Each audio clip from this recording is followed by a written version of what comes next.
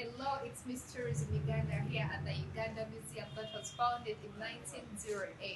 Come with me for a trip around the Uganda Museum.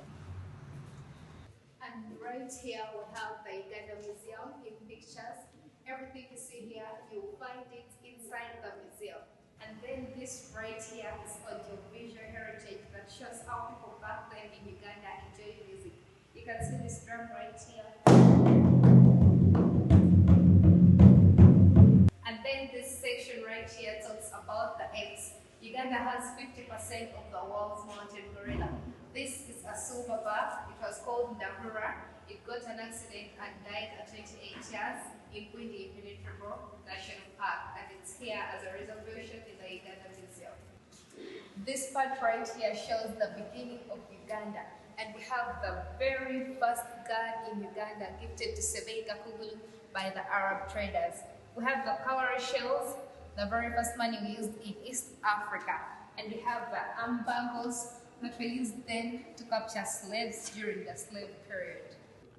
These are traditional African hats found in Uganda. And then right here we have our beautiful traditional wear.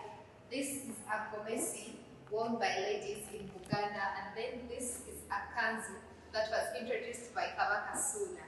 And then right here we have Nakaima, the priestess, who had supernatural powers for the barren women in Uganda back then in Mubende. Welcome to the Independence Pavilion of Uganda, where we have the very first car in Uganda, 98 years, and it was brought in 1925.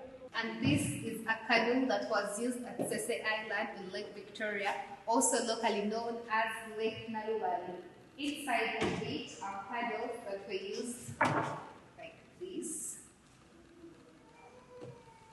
This is an ancient carriage that was used to carry people, and this was tied on a horse.